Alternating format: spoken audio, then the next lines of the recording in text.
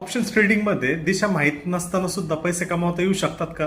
हो, कमावता येऊ शकतात. आणि त्याच्यासाठी त्या स्ट्रॅटर्जीचं नाव आहे स्ट्रॅडल स्ट्रॅटर्जी म्हणून. तर स्ट्रॅडल स्ट्रॅटर्जी म्हणजे काय की एकाच स्ट्राईकचा सी व पी दोघांना एकत्र घेणे. म्हणजे काय, स्ट्रॅडल म्हणजे सी व पी एकाच स्ट्राईक प्राइससाठी एकाच एक्सपायरीचं एकदाच खरेदी करणं.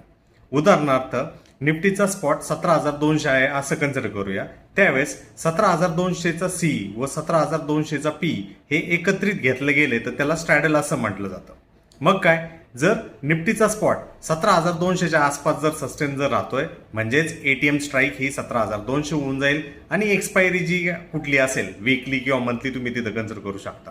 आणि या 17,200 सी व 17,200 पी मिळून एक स्ट्रॅडल बनतो. म्हणजे कॉम्बाईन प्रीमियम हा तुमचा टोटल कॉस्ट जो आहे तो आपल्याला बनताना दिसतो. मग मार्केट हल्लं तर त्याच्यावरती काय परिणाम होऊ शकतो बरं? त्याचा परिणाम असा की जर निफ्टी 50 जर 17,400च्या वरती जर ट्रेड करायला सुरुवात करू शकत असेल तर त्या केसमध्ये तुमचा सीईचा भाव वाढतो, तुमचा फायदा होतो. परंतु जर निफ्टी खाली गेला आणि 17,000च्या खाली सस्टेन जर राहिला त्या केसमध्ये तुमचा पीईचा भाव वाढतो आणि तुम्ही ती फायद्यामध्ये येतो. परंतु यामध्ये लॉस सुद्धा होतो. आणि जर मार्केट आहे तिथंच राहिलं 17,200च्या आसपास तर प्रीमियम जो आहे तो घसरताना आपल्याला दिसतो. परंतु मार्केट जर शांत राहत असेल तर फायदा होईल. का बरं? कारण निफ्टी जर एकाच रेंजमध्ये राहत असेल, थिटा डिके जर होत असेल तर प्रीमियम घसरताना दिसतो आणि त्या केसमध्ये स्ट्रॅडलचे जे सेलर्स असतात त्यांना प्रॉफिट होताना आपल्याला तिथं दिसतो जशी जशी एक्सपायरी जवळ येते. परंतु जर तुम्ही स्ट्रॅडल सेल करून बसले आहात बाय करण्याऐवजी तर त्या केसमध्ये मार्केटमध्ये एकदम जोरात जर मूव जर आली तर त्या केसमध्ये स्ट्रॅडल सेलरचा हा लॉस होताना दिसू शकतो आणि स्ट्रॅडल बायरचा हा फायदा होताना दिसू शकतो.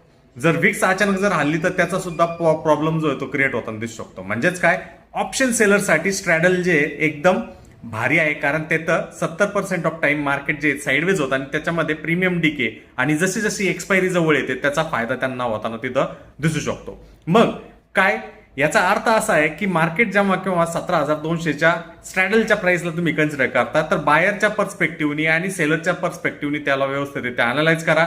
आणि याबरोबरच बाकीचे पॅरामीटर जर तुम्ही कंबाईन जर केले तर तुमची अॅक्युरसी जी ती तिथं वाढण्याची शक्यता जी ती होताना तिथं दिसू शकते. मग काय, आता तुम्ही स्ट्रॅडल बायर होणार का स्ट्रॅडल सेलर होणार नक्की सांगा.